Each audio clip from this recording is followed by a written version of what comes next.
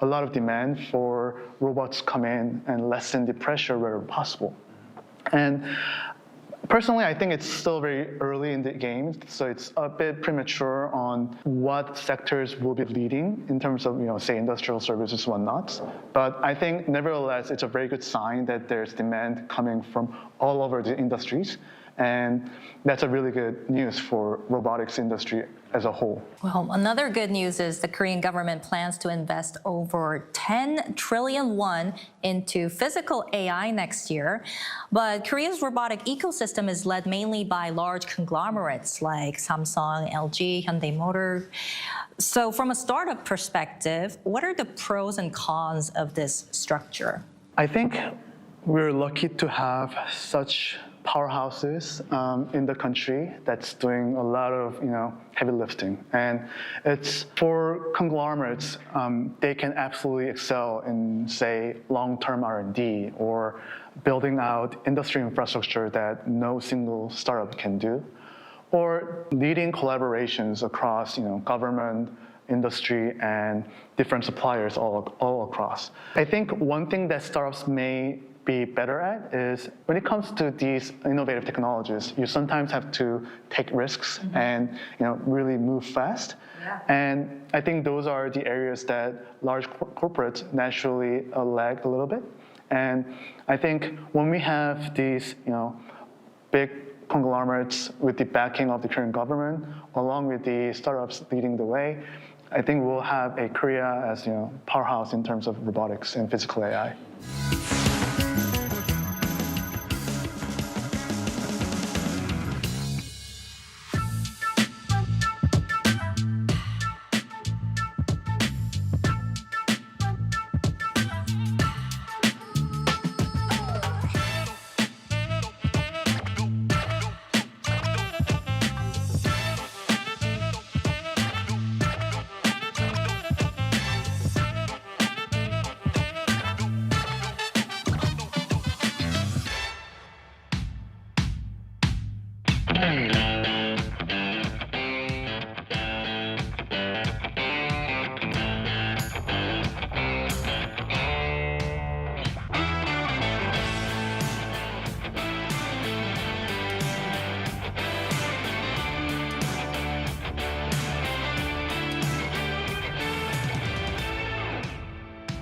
안녕하세요. 저는 홀리데이 로보틱스의 대표이사를 맡고 있는 송기영입니다. 2024년 4월에 설립이 되었고요. 휴머노이드 로봇을 개발하는 회사입니다.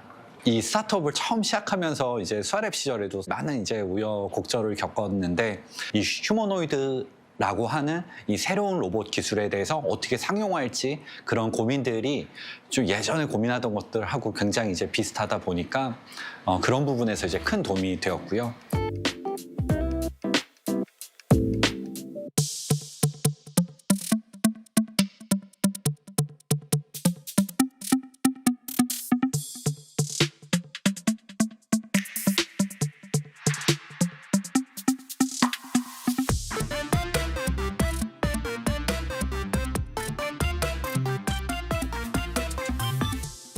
대부분의 로봇들은 이제 손가락을 움직이는 모터가 손 안에 직접 들어가 있습니다. 그렇게 되면은 손가락의 자유도를 늘리기 위해서 손에 모터 개수를 추가해야 되는데 이것이 모터의 구조적인 제약 때문에 힘듭니다. 반면 저희 프라이데이 로봇은 손가락을 구동시키는 모터들이 모두 몸통 내부에 위치하고 있고, 몸통과 이 손가락 사이를 유압 실린더로 연결을 해서 유압으로 동력 전달을 하는 방식을 사용하고 있습니다. 이 경우에는 저희가 원하는 개수의 만큼 모터의 개수를 증가시킬 수도 있고, 또 원하는 힘만큼을 모터에게 인가할 수도 있습니다. 이를 통해서 저희 프라이데이 로봇은 사람과 같은 고자유도의 손을 가질 수도 있고, 또 사람과 같은 반응성을 가지고 다재다능한 작업을 할 수도 있습니다.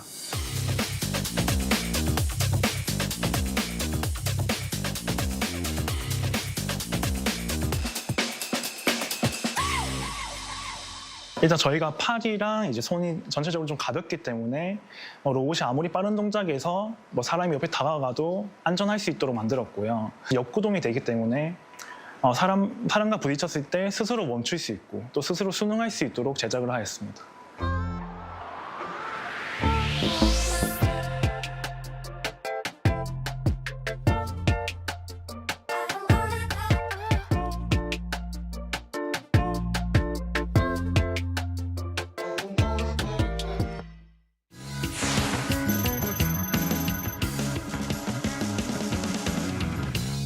So let's talk about Holiday Robotics.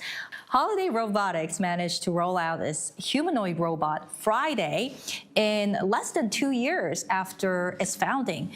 That's pretty incredible. How did that happen? Yeah, we ourselves think that this was an impressive speed as well.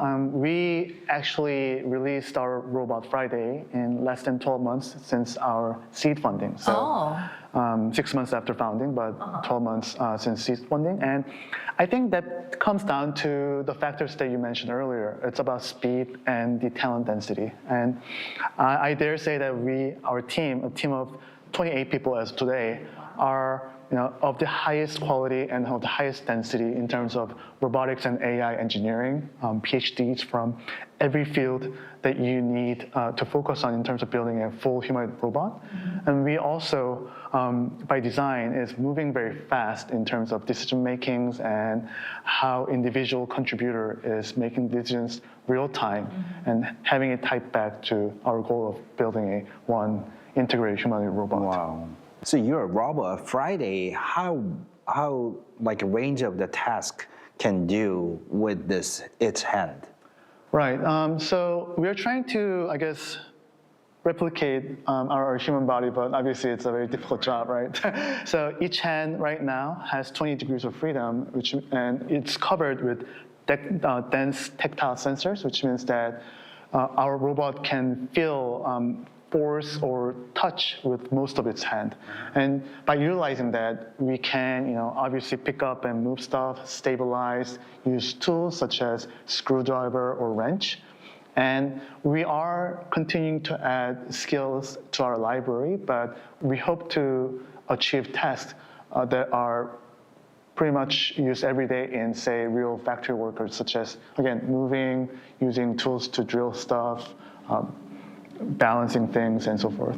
So it's like AI in physical form, physical AI. So you're not only telling AI what to do, there should be no human intervention, ideally. Ideally, you will still manage, fleet and, tell which one to go where and do what. But I think once you start the job process, and by job, I guess like a big job descriptions that you'd give to humans, from there, these robots in near future would carry out these tasks autonomously without human intervention. Right. So we're still relying on teller operators, but in the future, what is the next level of physical AI? So one thing that our company is focusing on and is really betting heavily on is that we don't want to use teleoperators.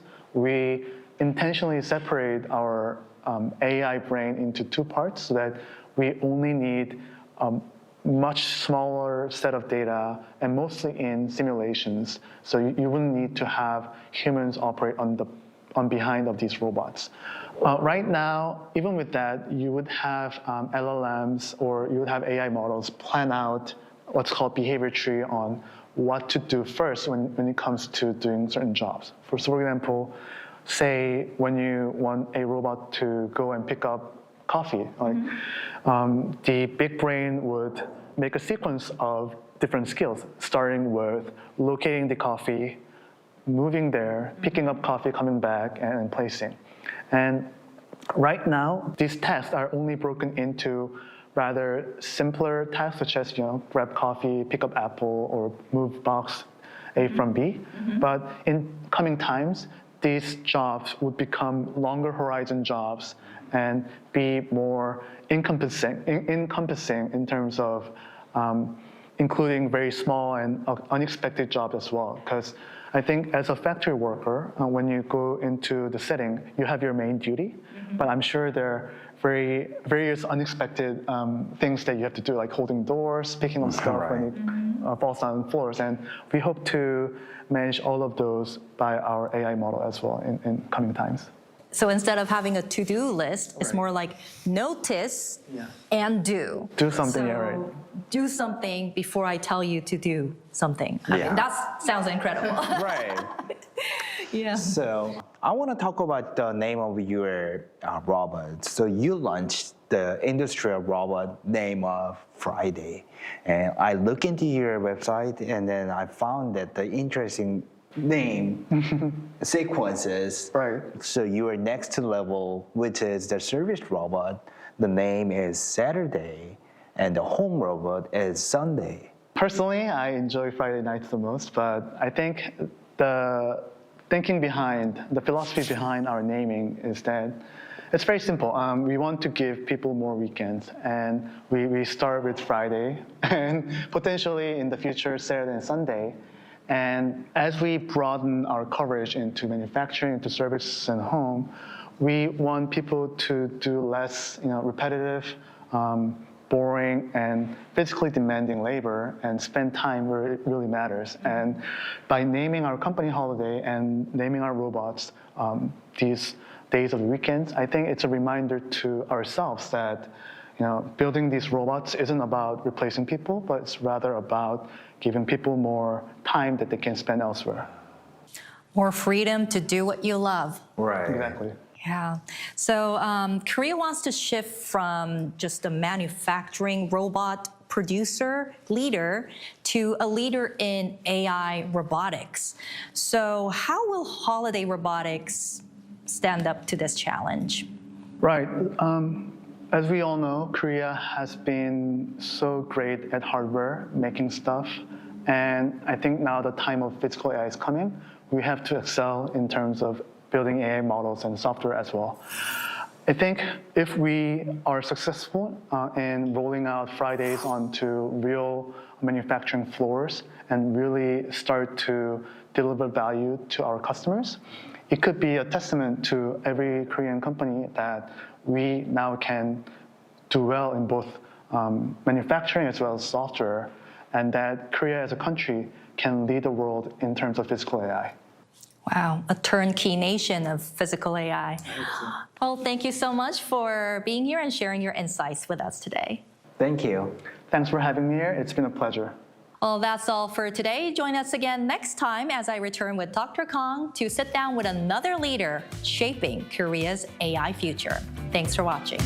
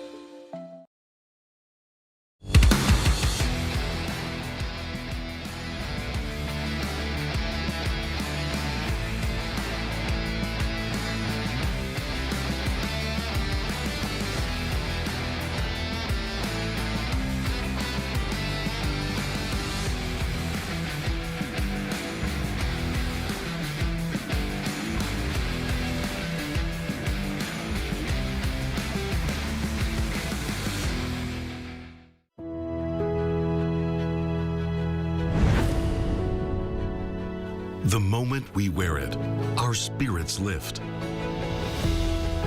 It helps us grow strong in body and in mind. As we wear it, we learn patience and respect. The belt system motivates students to strive harder and continue growing. This uniform shapes movement into grace and turns performance into something thrilling. Now, embraced around the world, Taekwondo shares our culture, philosophy, and values with pride and spirit. Though it may seem simple, this uniform holds your passion and your journey. It belongs to Taekwondo. Wear the extraordinary. Be with Taekwondo.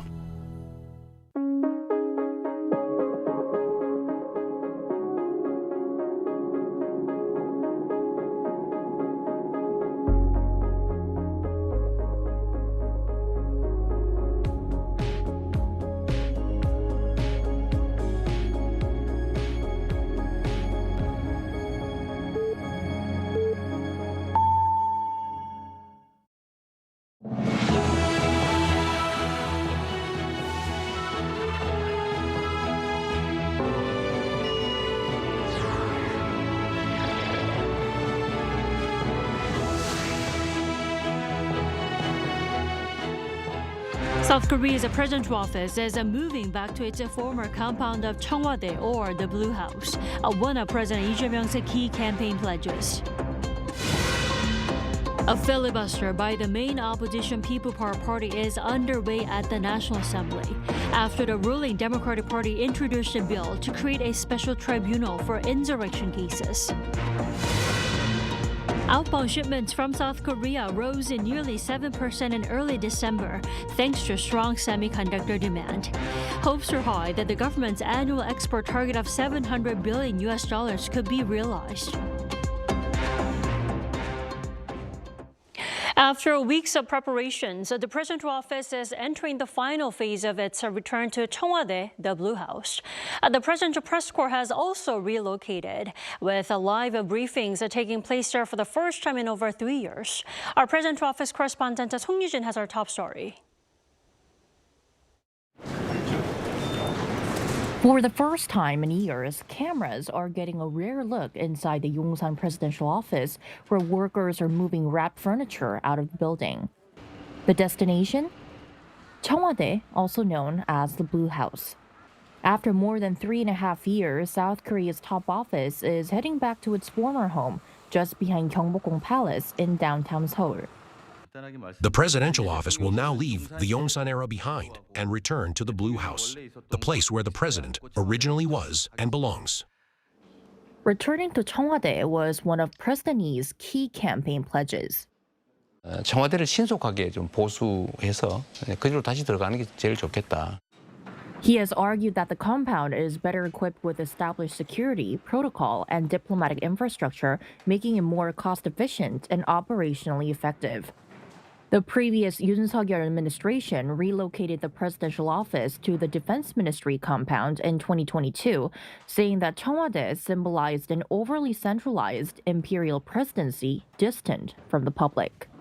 Since August, Cheong Wa Dae has been closed to visitors, so it could undergo renovation work in preparation for the return.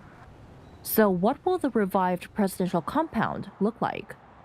The layout itself remains largely unchanged. The main building houses the president's office and reception rooms. Yeonmin-gwan buildings 1 through 3 serve as offices for his aides. There is also the Yeonmin-gwan State Guest House, the Chunchu-gwan Press Center, and the presidential residence. What will change is how the space is used. President Lee plans to work primarily from Yeonmin-gwan rather than the main building to streamline communication and decision-making. The presidential residence, however, will not be used immediately as additional refurbishment is required. Most of the relocation is expected to be completed around Christmas, with President Lee likely to begin officially commuting to Cheong Wa Dae from his current residence in Hannam-dong toward the end of the year. The Yi administration says that moving back to the Blue House will not mean a return to its old image, which was often criticized as closed and authoritarian. Officials say they plan to expand online live streams of President Yi's official engagements, as well as minimize security restrictions around the area.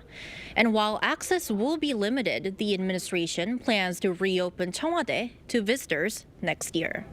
송유진, Arirang News. Now at the National Assembly, the opposition People Power Party has launched a filibuster as the ruling Democratic Party pushes to pass a bill that seeks to set up a special tribunal dedicated to insurrection charges. Kim Do-yeon reports. Tabled at last, the ruling Democratic Party introduced to the floor of the National Assembly on Monday a contentious bill to create a special tribunal for insurrection to deal with issues arising from the prosecution of former President Yoon Suk-yeol and his aides for their failed martial law bid. However, proceedings are stalled as the main opposition People Power Party has launched a filibuster to block its passage. The Democratic Party is adamant on passing the legislation to thoroughly punish those involved in the martial law declaration. They argue the current judicial leadership, specifically Supreme Court Chief Justice Cho Hee-dae, is biased, necessitating a special structure to ensure fair accountability. However, there were concerns over the bill's constitutionality when the idea was promulgated, but the DP claims that they have been resolved. Discussing the future without clearing up the insurrection is like building a sandcastle. This revised bill removes unconstitutionality and danger. Above all, its strength lies in blocking the influence of Supreme Court Chief Justice Cho Hee-dae as much as possible. Under the revised bill, dedicated panels will be established at the Seoul Central District Court and Seoul High Court. To ensure the Chief Justice cannot intervene, the revision empowers a meeting of judges at each court to determine the tribunal's composition rather than court leadership. The bill also includes a grandfather clause allowing the former president's ongoing trial to remain with his current bench for the first ruling. The People Power Party immediately began a filibuster condemning the move as an anti-constitutional attempt to judge shop and seize control of the judiciary. This is where impeachment motions passed 3 times and the lifting of martial law passed. But what is happening now? The Assembly is denying the very Constitution it created and is attempting to unilaterally pass unconstitutional bills. The Democratic Party has already moved to terminate the filibuster, ensuring the debate concludes Tuesday morning. With the party's supermajority, the bill is effectively guaranteed to pass immediately thereafter. Enactment appears certain as well, with President Lee Jae-myung having already signaled his support for the special tribunal. Kim Do-yeon, Arirang News. Separately, the Democratic Party on Monday agreed to a special counsel probe into allegations that the Unification Church bribed lawmakers across the aisle. The ruling party pledged a probe that leaves no stone unturned, calling for a sweeping review of the church's reported involvement in politics, including illegal donations and influence peddling linked to the 2022 presidential election. The People Power Party has welcomed the latest development and proposed follow-up talks while warning the probe must not serve as a political retaliation. The presidential office, for its part, urged for an impartial probe into the allegations regardless of political affiliation or status. South Korea's exports are on the rise, and December's latest figures are no exception. The upbeat numbers are fueling optimism for the country's economic outlook. Our Park Kwon-woo has the latest. South Korea's exports for this month through December 20th reached a record high for the same period of any year due to strong chip shipments. According to data from the Korea Customs Service on Monday, outbound shipments totaled $43 billion, up 6.8% on year. The previous record was set last year when exports exceeded $40 billion, but that figure was surpassed once again in 2025. Semiconductors led the gains, jumping more than 40% on year, while wireless communication devices and computer peripherals also posted solid increases. By destination, exports to China and Vietnam rose overall, but the U.S., one of Korea's 3 major exporting countries, saw a shrink due to Washington's tariff policies. With exports continuing to rise, the industry ministry says the country is likely to exceed the government's annual target of $700 billion, which would mark the highest export total ever for South Korea. As of December 20th, exports had already surpassed $683 billion, leaving just around $16 billion more to meet the goal. Last year, Korea recorded more than $21 billion in exports during the final 11 days of December, and with exports again hitting record highs, similar momentum is expected this year. One expert says exceeding the target would be significant, but warns there are risks to sustaining the momentum. Questionable whether we will still be able to keep up this export momentum next year because we're not sure if the AI investments will continue and Korea will be hit with tariffs next year, even though it was less than what we expected at the beginning of 2025. The expert also stressed the importance of diversifying Korea's trading partners. Need to strengthen its trading relationship with countries other than the United States. United States, I think, will be, for the near future, they will try to maintain their current trade barriers. So Korea needs to reach out and expand exports with other countries. But he added that strengthening the domestic economy is equally important, noting that most job creation and economic growth stem from within the country. A balance, he says, will be key to sustaining long-term growth. 박건우, Arirang News. The costly ramifications of a weaker Korean currency are becoming tangible for ordinary consumers here of products like beef and coffee. Park Jun-an explains. The effects of the weakening Korean won are beginning to show in the costs of imports, as while year-on-year import prices fell by more than 2% on a contractual currency basis, they rose by over 2% when calculated in Korean won. According to the Bank of Korea Economic Statistics System on Sunday, the import price index for November shows that, with 2020 set as 100, import prices on a contractual currency basis rose by just over 18% as of November 2025. However, when those same price changes are converted into Korean won, the increase jumps to nearly 42%. This widening gap highlights how exchange rate movements add pressure to Korea's import costs. When looking at the $1 exchange rate, the amount of won needed to buy $1 now stands at around 1,481. That marks an increase of 7.63% over the past 6 months and a rise of 34.3% over the past 5 years. South Korea imports nearly 100% of key staples such as coffee, corn, wheat, and soybeans, making it vulnerable to currency fluctuations. Notably, the import price index for coffee stood at 379.71 in won terms last month, compared with 307.12 in dollar terms, underscoring how the weak won amplifies costs. Over the past 5 years, dollar-based coffee prices have tripled due to climate-driven supply shortages, but in won terms, they have nearly quadrupled, rising nearly 280% since 2020. Beef has also risen by over 60% in the same period, compared to an increase of around 30% on a contractual currency basis. Even when buying the same amount, imports inevitably cost more when the exchange rate rises, pushing up import prices and ultimately fueling inflation. Compared with other G7 countries, South Korea is more sensitive to exchange rate swings and raw material price increases due to its heavy reliance on imports. Meanwhile, the Bank of Korea's analysis shows that if the $1 rate persists around the 1,471 level, inflation could exceed its 2.1% forecast and rise to the mid-2% range. Park Jun-an, Arirang News.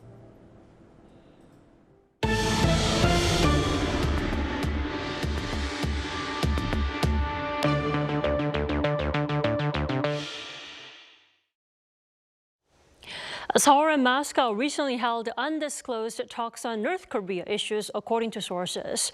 Russia, however, denied that such talks took place. Our Kim Bo-kyung tells us more.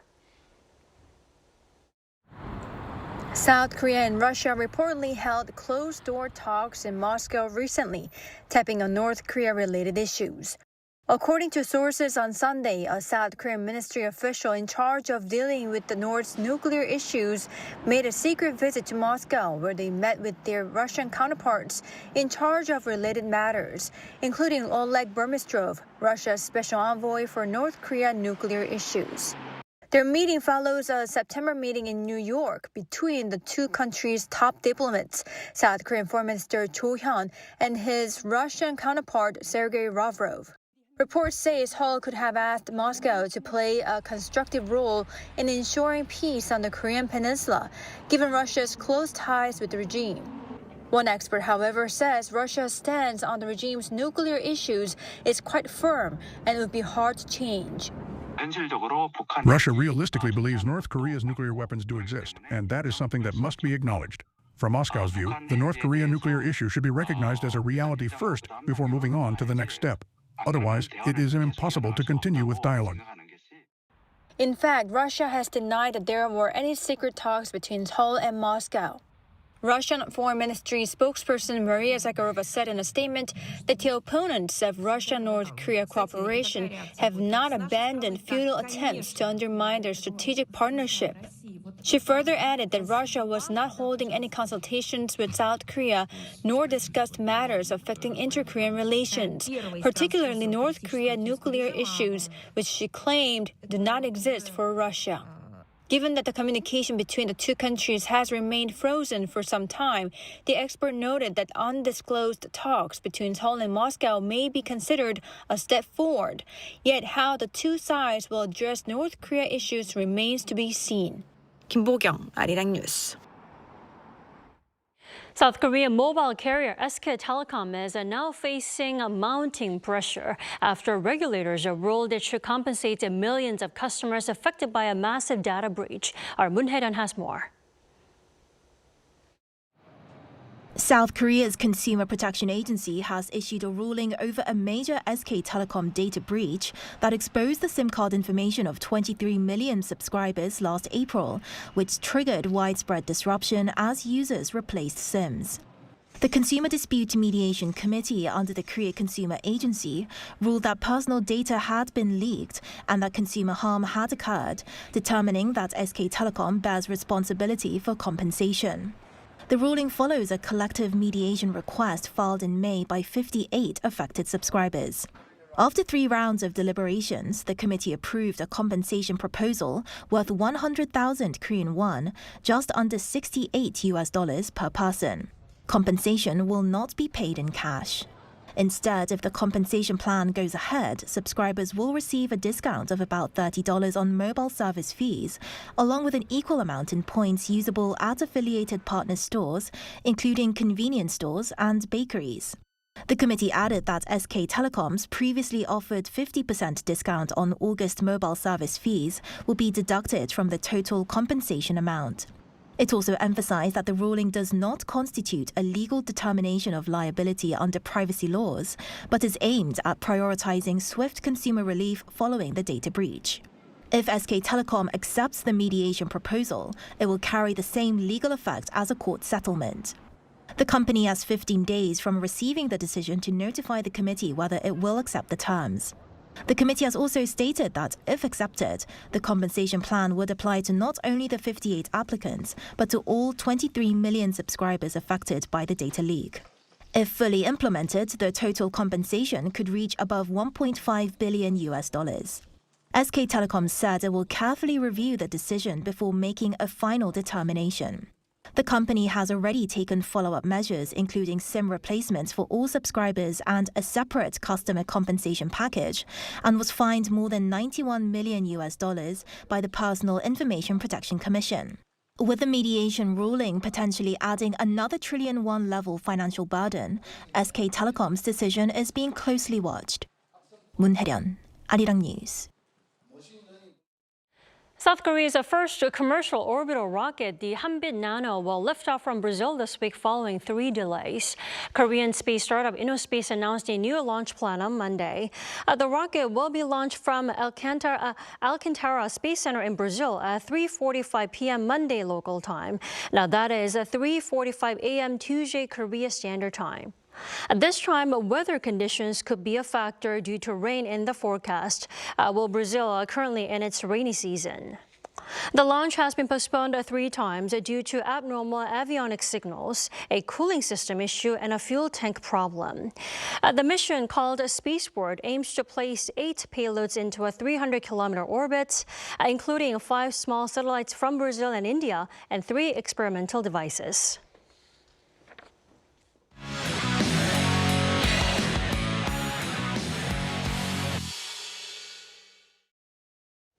It is a time now to take a look at what's been happening in the world of sports. So for that, we have our sports editor, Paul Neat, joining us in the studio. Welcome back, Paul. Thank you. Hello. Paul, where better to start than with yet another title for badminton superstar An Se-young, right? Right. Title number 11 of the year for An Se-young. Now, this ties the record for any athlete in this sport, male or female. Now, An's most recent success came on Sunday in China in the BWF World Tour Finals, beating her longtime rival Wang Ji of China 2-1, 21-13, 18-21, 21-10. Anne reached 12 finals in 15 World Tour events this season. Her only loss came against Akane Yamaguchi of Japan at the Korea Open in September. Now, the World Tour Finals are open only to the top 8 from the World Tour season.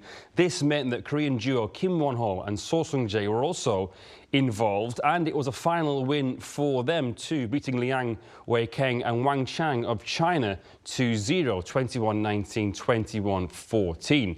Much like An Se-young, this was their 11th title of the year, and for So Sung-jae, including individual titles, it was his 12th, beating a record that had stood for 37 years.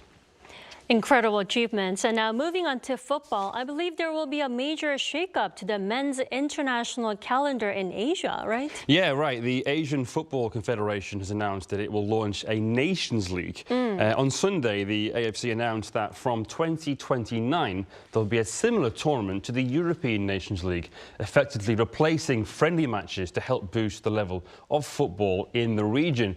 It's often hard for national teams in Asia to find opponents that are suitable during FIFA match windows, and matches can be expensive and hard to organise.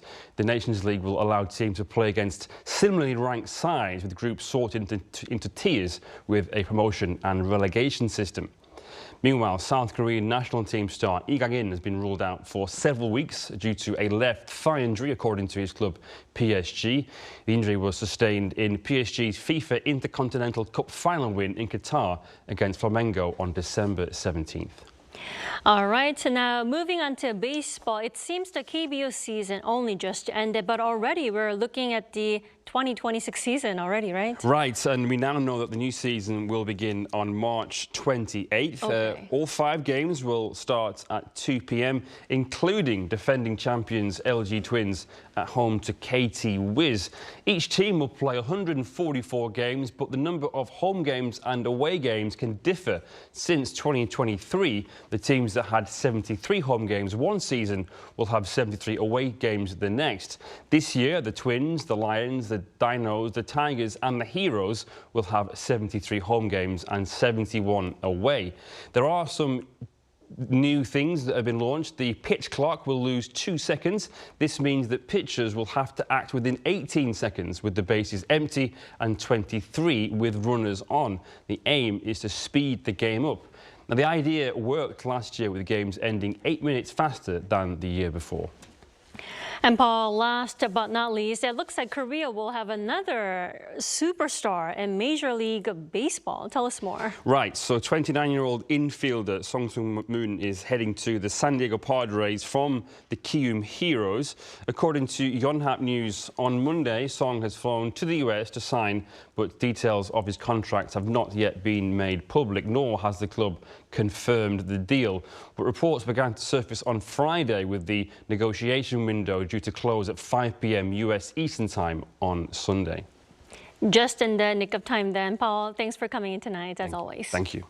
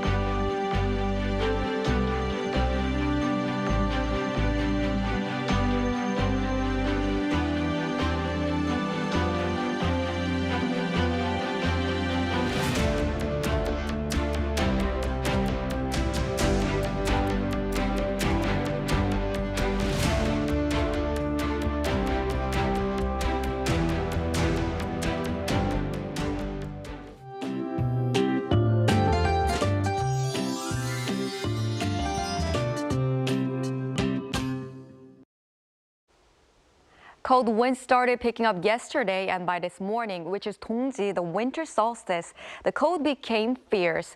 The morning temperature dropped to minus 5.9 degrees Celsius in Seoul, returning to around the seasonal average. No major cold spells are expected through Wednesday.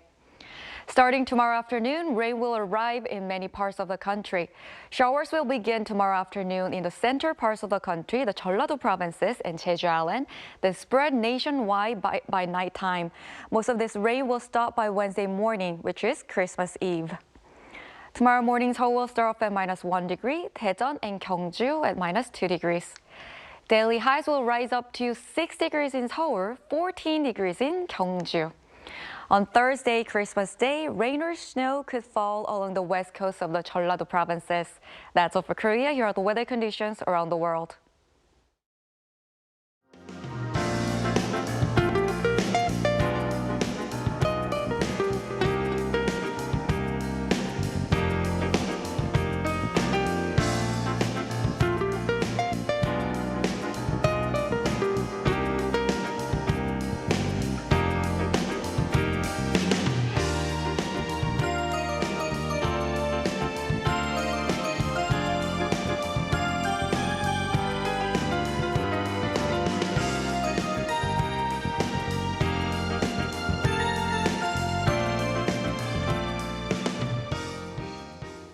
That is all we have for tonight. I'm Kim Dami. From all of us here at Arirang, thanks for watching and good night.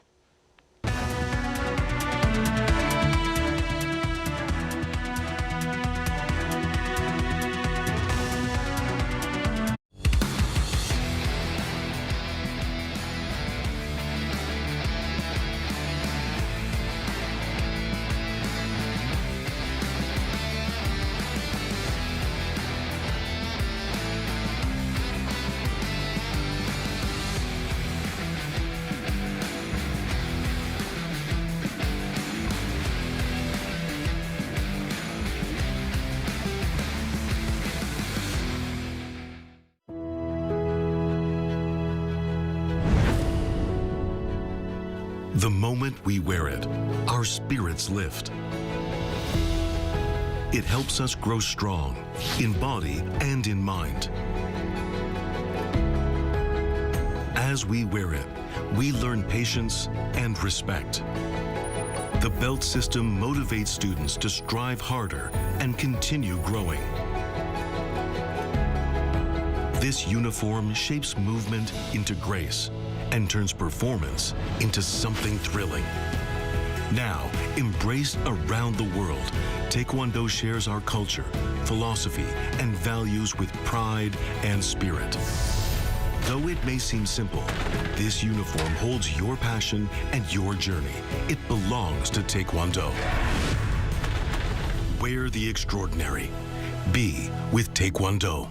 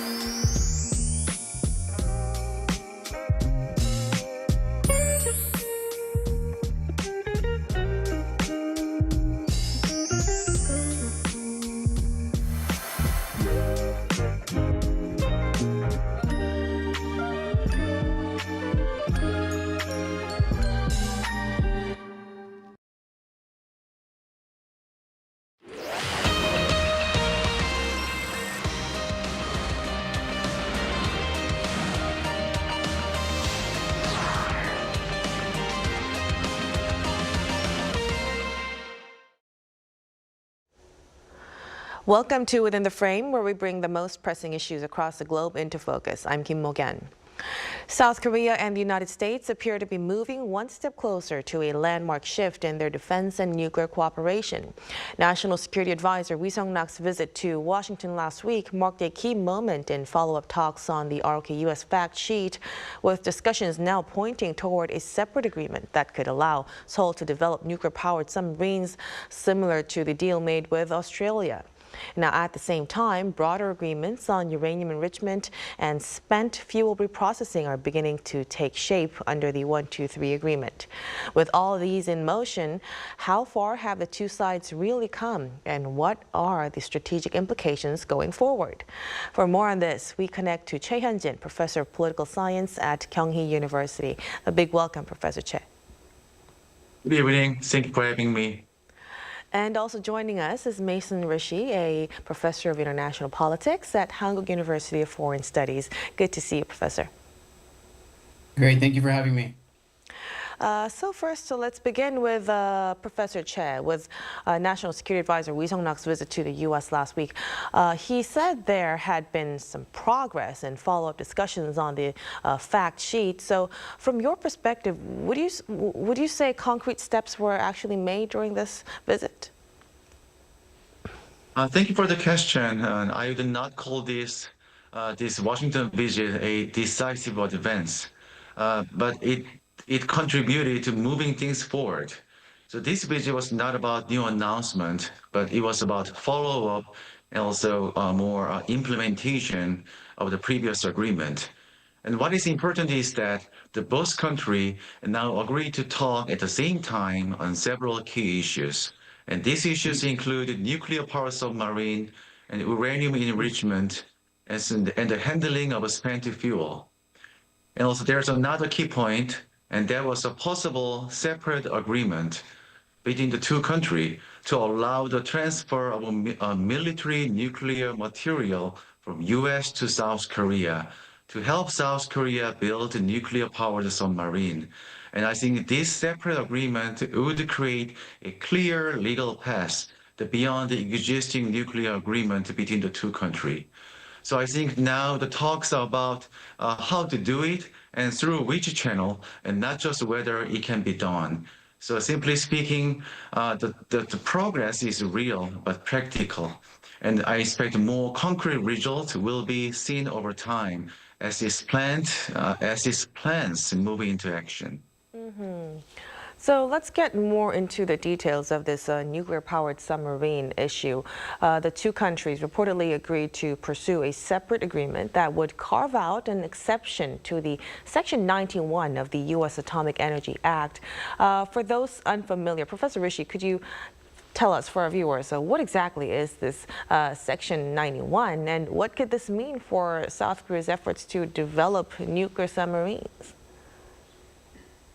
Yeah, sure. So I hope you have a little bit of time because this is kind of complicated. And we're really just scratching the surface. The Atomic Energy Act as a whole is the U.S. legal framework or part of the U.S. legal framework for using atomic energy for peaceful purposes. And most of it actually regulates this domestically in the United States, such as setting up the Atomic Energy Commission. But two sections, at least, there are others, but two sections at the very least are really important for Korea in the context of nuclear powered submarine acquisition. Those two sections are one you've already just referred to, the Section 123, and the other is Section 91. 123 allows the U.S. to cooperate with other countries for civil nuclear purposes, and indeed the U.S. and South Korea already have a 123 agreement in place, which is very strict on non-proliferation criteria, which could be a potential obstacle to South Korea nuclear submarine acquisition and operation. I'll put that aside for a second, come back to it. If the U.S., however, invoked this additional article, the other one you mentioned, Article 91, notably Section 91, subsection C of the Atomic Energy Act, the president, under that provision, is allowed to authorize the transfer of nuclear military-related materials and technologies to other countries for military purposes. The president is authorized to do so through the Defense Department, through the Energy Department, and obviously the larger national security and national defense complex in the United States would have to be involved in that as well. Things get a little bit more complicated because there are connections between the Sections 123 and Section 91 provisions such that South Korea's 123 agreement would require any Section 91 agreement to contain a long list of safeguards for non-proliferation, which is what the 123 is about. And indeed would ultimately even allow the United States under 91 to abrogate the agreement with South Korea if it violated any of those non-proliferation provisions. Things would get even more complicated if South Korea wants to use indigenously enriched uranium for the submarine reactors. And this would, for reasons I guess I don't have time to get into now, probably require, in my estimation, an amendment to, or at least an addenda to the 123 agreement. Thank you so much for the clarification, Professor. So in Australia's case, a similar exception was made to Section 91, we're aware. So it could move forward with acquiring nuclear-powered submarines through that. So looking at that precedent, what kind of negotiation strategy should South Korea be preparing for to secure a similar deal, Professor Che? Hey, the case of Australia show that the so-called Section 91 is not just a single document.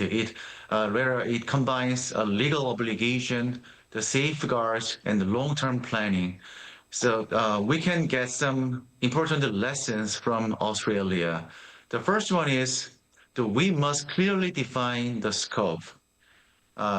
We should clearly state from the very start that the nuclear material would be used only for the propulsion, and our submarine would carry only conventional weapon, not the one with a nuclear warhead. And secondly, the strong non-proliferation and the transparency measures are very important.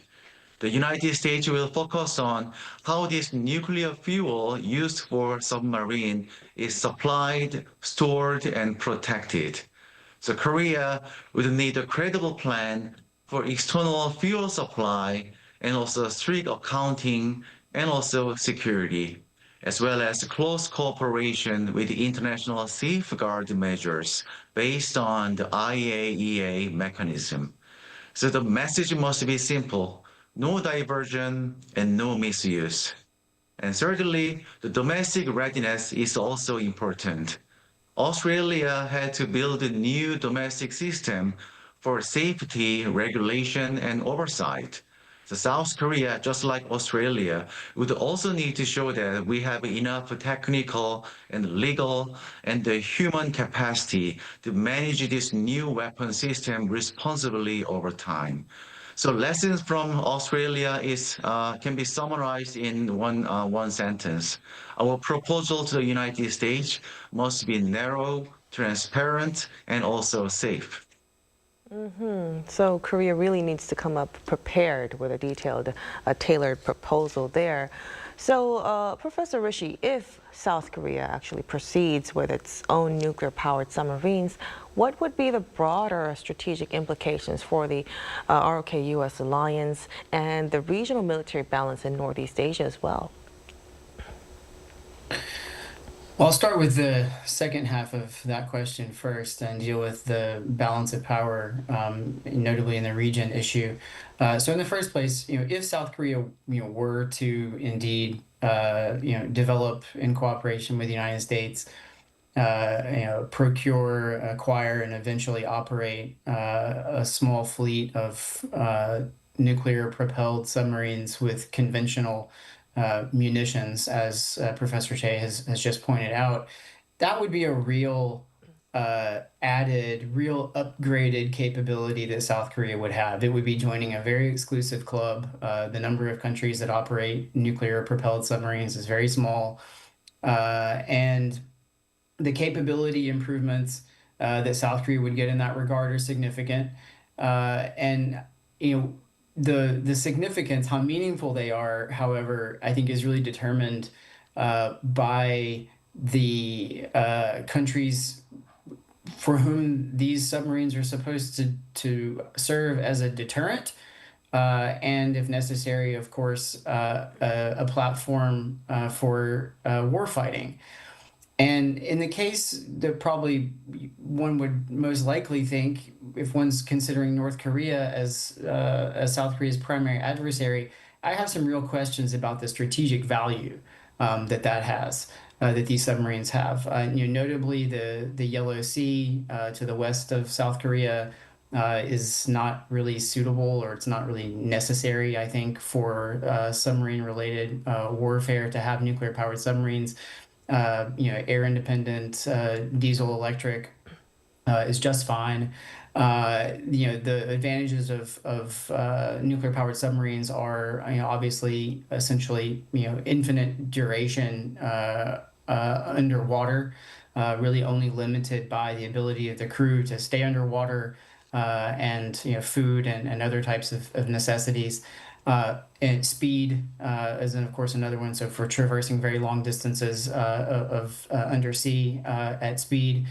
And of course, that might make some sense for South Korea in the sea to the east of the Korean Peninsula, where the waters are deeper, the distances are longer. But even for then, I'm not sure that that's necessarily a big deal vis-a-vis North Korea. I think some anti-submarine warfare capabilities to neutralize any potential North Korean threats underwater are probably sufficient. So that, of course, leads you to the question of whether or not these submarines are going to be used vis-a-vis China. And there, of course, that would be a huge strategic advantage for South Korea, for the U.S.-South Korea alliance, for the trilateral cooperation in the military domain with Japan. So that's, I think, one part of the balance there. The second part is, this might well feed into a regional arms race, which is already ongoing anyway. So that might end up being a sort of an additional catalyzer there. So the first part of your question about the alliance and how this affects the alliance. In the first place, I think, as I just mentioned, South Korea is now in some sense committed to use these submarines to counter China. President Lee more or less had to state that publicly during the bilateral summit just prior to APEC.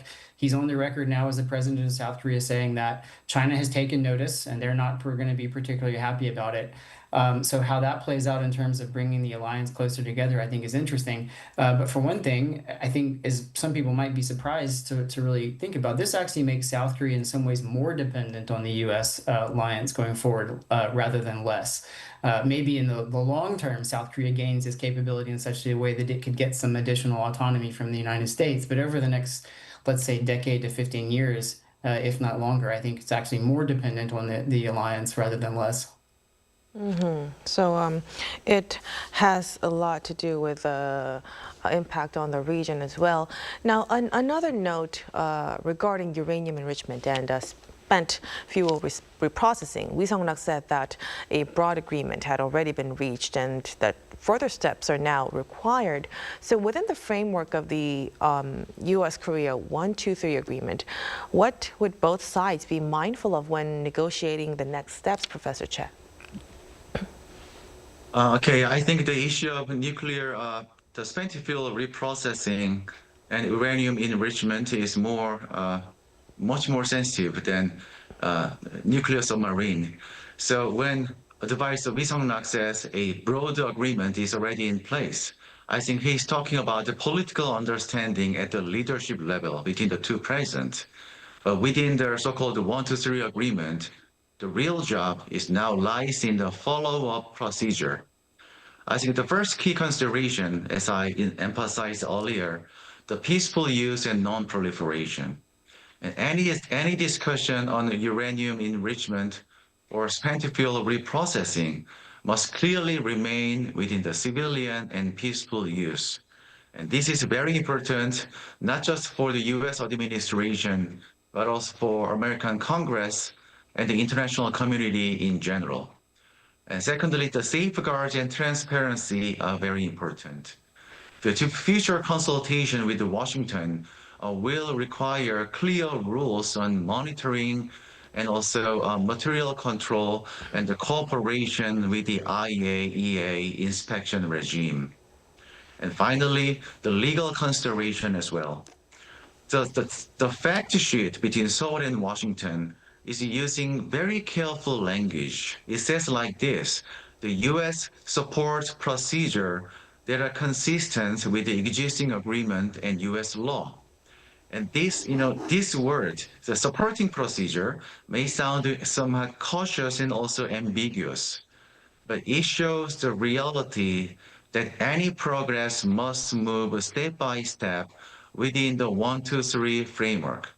And in some cases, our consultation may require U.S. congressional review. So in general, we need a steady and realistic approach rather than pushing forward for quick results. Right, so we are really gearing up to push forward with the follow-up measures following the fact sheet agreement. So, Professor Rishi, from your standpoint, what do you think are the most urgent steps that the Korean government needs to take to effectively implement the items outlined in the fact sheet and ensure this follow-up process gains actual momentum? Yeah, I very much agree with what Professor Che has been saying in sort of partial answer to this question. The first thing is obviously South Korea has to get its own legal framework in order, right? South Korea doesn't have nuclear-powered submarines. It doesn't use reactors for military purposes. And so this is going to require legal changes that are very significant. And so I have no doubt that South Korea's legal expert community in consultation with the relevant government ministries will be able to do that. And of course, the Lee administration having a functioning majority in the National Assembly, of course, makes it functionally able to do that. But there's quite a bit of work to be done there, and I'm sure South Korea will be benchmarking other countries in this regard. Second, obviously, there's quite a lot of technical work that has to go on. You don't just pluck nuclear-powered submarines out of trees. There's a huge amount of technical work that's going to happen. Whether that be reactor design, if that's something that South Korea ends up doing itself, but obviously the weapon systems, the electrical systems, the control surfaces, all the sensoring technologies, all of these things, are technically complex, and I have no doubt that South Korea can do it. But those are things that have to start being, worked on as soon as possible. And of course, that includes the larger engineering and actual construction of the submarines themselves, making sure you have the available workforce, and the available shipyard space, et cetera, et cetera. And that's non-trivial. Third, I think South Korea needs to prepare for cooperation with the International Atomic Energy Agency on non-proliferation issues. Professor Che talked about the message of South Korea to the United States for nuclear-powered submarines involving, the notion of safety, and that includes both nuclear safety in terms of accidents, but also in terms of non-proliferation safeguards. South Korea has never cooperated with the IAEA in this extremely sensitive military nuclear propulsion domain. So that's something where South Korea is going to have to do some work, not only legally, probably, but also just in terms of getting its culture in the Ministry of Defense and in the national security community and the atomic energy community here around the fact that they're going to have to change some of the way that they do business in order to cooperate transparently with the IAEA. And then lastly, politically, South Korea is going to have to be prepared, to be committed to making sure that the U.S. stays on board on this. As Professor Che just talked about, if, for instance, South Korea were to begin enriching uranium for use in a military reactor, in a nuclear submarine reactor, that, in my estimation, may well require changes to the 123 agreement, either an addenda to it or a modification of it, or even a renegotiation of the agreement. Because the essential point is that the 123 agreement that the U.S. has with South Korea currently requires that all South Korean enrichment activity that uses any U.S. materials and technology is for civil use, not for military use. And so I think that you would need to possibly have some changes there, and that gets the broader U.S. government involved and possibly even Congress involved. In a way that means that you're going to have more potential people in the United States, especially in the non-proliferation community, who have some real, I think, second thoughts about how good of an idea this is from a non-proliferation perspective, and they will have more levers that they can use in order to slow this down. And so the South Koreans are going to have to make sure that they get whatever government in the U.S. is in place at the time to continue to remain focused on moving this project forward. So a lot of complex and cautious steps we have to look forward to. But before we conclude our discussion tonight, Professor Rishi, there are also growing talk of potential Korea-China and Korea-Japan summits early next year. But how do you see this recent progress with the U.S. possibly linking into Seoul's broader diplomatic strategy in the region? Sure. So, obviously this added capability, if it comes on board, as I mentioned earlier, really supports the U.S.-South Korea alliance, especially in the trilateral configuration with Japan. But of course, here the understanding from Japan, just like I think in Washington right now, is that these submarines would ultimately be used to deter and counter, and if necessary, be involved in some type of conflict with China, and one would think most likely in the context of some type of Taiwan Strait crisis. And so I think that's a real added advantage for South Korea vis-a-vis both Washington and Tokyo. But of course, the flip side of that, as you mentioned, is China. And China doesn't like this for obvious reasons. And if I were China, I also wouldn't like this. And if I were China, I would try to find a way to deter South Korea from going down this path. I would try to find a way to throw sand in the gears. I would try to do whatever I can to prevent South Korea from acquiring these extremely powerful platforms. And so I think it's going to be very interesting to see whether or not China does do that. If we see some type of reprise of the kind of actions that China took against South Korea in the context of the THAAD battery deployment on the South Korean in South Korea about a decade ago, or whether or not China feels like it can't do enough about that. Maybe it doesn't feel like it's capable of driving a wedge between Washington and South Korea. in this context. And we're going to begin to see, I think, some of the answers to those questions over the next, let's say, 6 months, when presumably President Lee and Xi Jinping will be potentially scheduling a summit, and when we'll see where China comes down on this and how it is that they comport themselves. Definitely. So we will be able to see whether defense policy and regional diplomacy could interlock in the coming months or so. We'll have to keep close tabs on that. But as for now, thank you so much for your insights, Professor Rishi. Thank you for having me. And of course, Professor She, we really appreciate it. Thank you very much. And that'll be all from us on Within the Frame. Be sure to tune in again next time as we continue to explore the stories that matter. Till then, stay informed and engaged.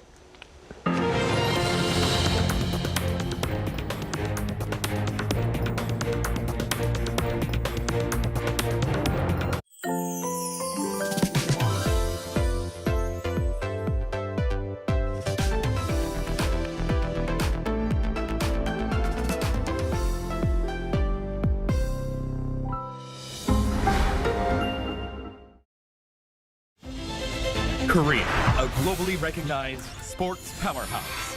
Behind the dazzling achievements, there's always an invisible force at work.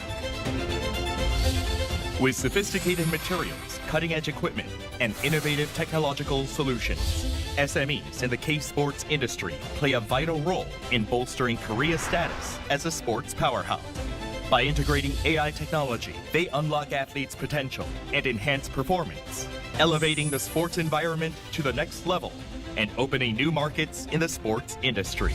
Their innovative technology and bold challenges drive the growth of Korea's sports industry, creating a better world through sports. The innovation of these SMEs never stops. A systematic partnership support program is implemented to discover promising sports SMEs, provide technical validation and R&D support to enhance competitiveness, and strengthen the foundation for overseas expansion. At Tokyo Sportech 2025, the technological prowess of Korean companies was recognized. The Ministry of Culture, Sports and Tourism, and the Korea Sports Promotion Foundation supported K-sports companies with product promotion and business consultations with global buyers, demonstrating product quality and market potential, and confirming the possibility of expanding into the global market. 저희는 ICT 강국으로서 그 바이어나 사용자들한테 신기술을 접목한 생활 스포츠 기회를 실질적으로 확대할 수 있는 그 기회를 제공하는 데 많은 도움이 될 수 있으리라고 확신을 합니다. 이제 스포츠도 K죠. K 스포츠는 이겁니다.